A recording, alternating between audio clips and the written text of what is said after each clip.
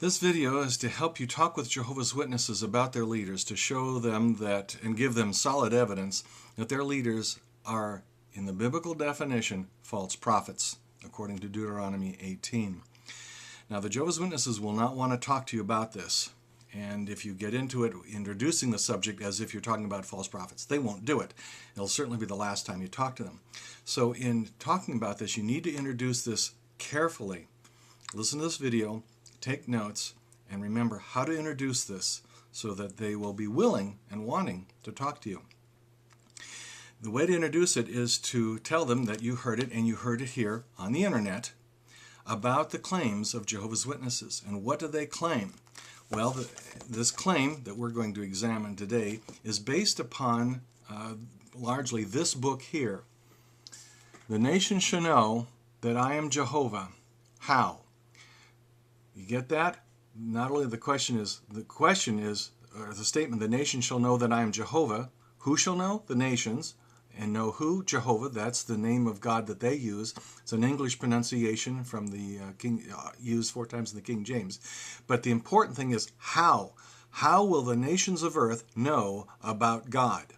Well, the answer is this book and the Watchtower Bible and Tract Society, the Jehovah's Witnesses. They claim that they are the answer, the only answer, because their exclusive claim is that in the year 1919, God and Jesus chose them to be the exclusive channel of communication of God to the earth, to explain to the nations of the earth who God is and what he expects. So the answer of how will the nations know who Jehovah is, the answer is through their organization. You won't need a copy of this book. You just need to take notes, because every Jehovah's Witness can either get a copy of the book or they can print off some material from their Watchtower CD, which contains the entire book in it.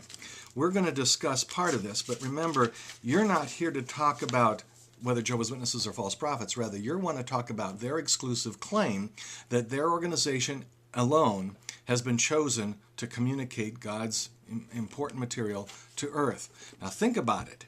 If that claim is true, that they have been chosen to make God known to the world, you need to stop what you're doing.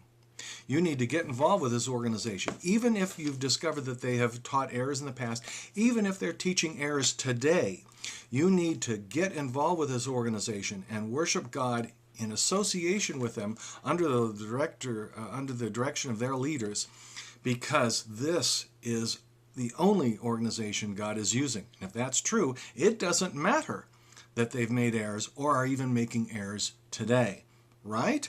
So that's what the claim that you wish to examine. Now, it turns out when you get done with your conversation and you find out and give evidence that their leaders are false prophets, the scriptures say that you need to get out of that organization. It doesn't matter if there's no other organization that you find that's perfect. It doesn't matter if there's no place that's perfect to go.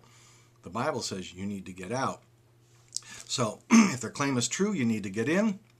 If they're a false prophet, you need to get out. So you're going to ask if they can get a hold of this book, copyright 1971, and discuss, and you want to discuss primarily 2 chapters in there. Chapter 4, this is the table of contents, chapter 4, which is commissioned to speak in the divine name, and then parts of chapter 12, which talks about the second coming of Christ and their predictions. All right?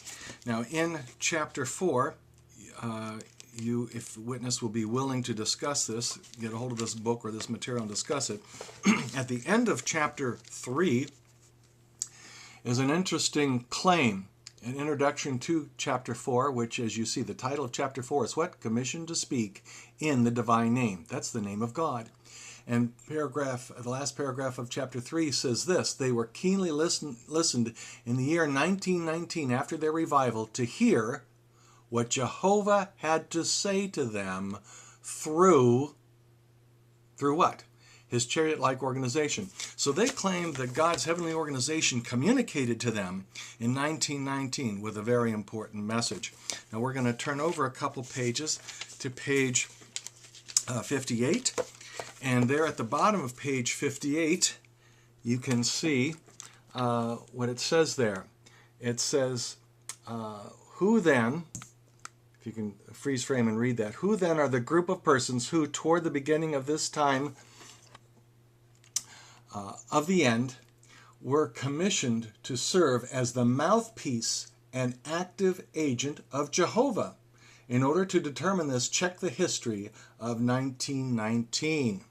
That's the question they're going to answer, because that's going to get into their claim. Turn over a page to page 61, and in paragraph 16, halfway down the page, is this statement.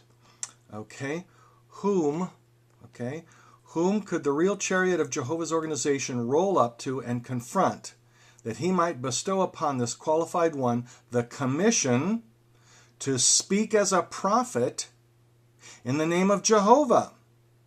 There was a group whose members had suffered religious persecution during World War I. This is their organization that they're talking about. It's based on Ezekiel, but they're not talking about Ezekiel. They're talking about a modern group in the 20th century that could be bestowed with this role, commissioned to speak as a prophet in the name of Jehovah God. We're going to turn over a couple pages to page 66, which answers that claim. And in the middle of that paragraph, it says this: from atop the celestial chariot-like organization, Jehovah commissioned this dedicated, baptized, anointed class of servants to speak to all the nations in his name. Thus, like Ezekiel, they became Jehovah's Witnesses. It was most fitting that after 12 years of worldwide activity as such, they embraced the distinguishing name Jehovah's Witnesses. There's the answer to the question of how will the nations know?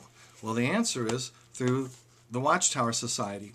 Finally, still in chapter 4, page 70, paragraph 33, it says this: the time must come, and that shortly, when those making up Christendom, that's the Christian nations, will know that really a prophet of Jehovah was among them. They claim to be that prophet. And how will they know? Because this prophet will say things that will be evident to all planet Earth that they, and they alone, have been chosen to be a prophet and speak in God's name. Well, now you go to chapter 12. You say that you'd like to go to chapter 12 to see evidence for their claim. And you're going to get to page 216, paragraph 9. And there is a very interesting claim right there. You can read that, freeze frame it. It says, shortly within our 20th century. What century? Our 20th century. The battle in the day of Jehovah will begin against the modern antitype of Jerusalem, Christendom. So God is going to carry on a battle within the 20th century against the Christian nations. That didn't happen. That's a prediction, an expectation that didn't happen. Is that a false prophecy? We're going to find out. Ask them to correlate this and explain Deuteronomy 18 in their Bible, verses 20 through 22, which is right here. And here's how it reads. However, the prophet who presumes to speak in my name a word that I have not commanded him to speak, or who speaks in the name of other gods, that prophet must die. And in case you should say in your heart, how shall we know the word that Jehovah has not spoken? When the prophet speaks in the name of Jehovah, and the word does not occur or come true, that is the word that Jehovah did not speak. With presumptuousness, the prophet spoke it. You must not get frightened at him. Okay? So, that was actually here. I had to bring that up closer. All right. So according to their Bible, this is a prediction. If someone makes a prediction who, as a prophet, speaks in God's name, which they claim to do in this book, and those predictions don't come true, they're a false prophet that should die. They're guilty before God, and you shouldn't fear them. You shouldn't listen to them, because you shouldn't be listening to someone who's supposed to be dead. So you present this information to them, and probably the last time they'll listen to you, and see if they can answer that question in combination with that material in their book.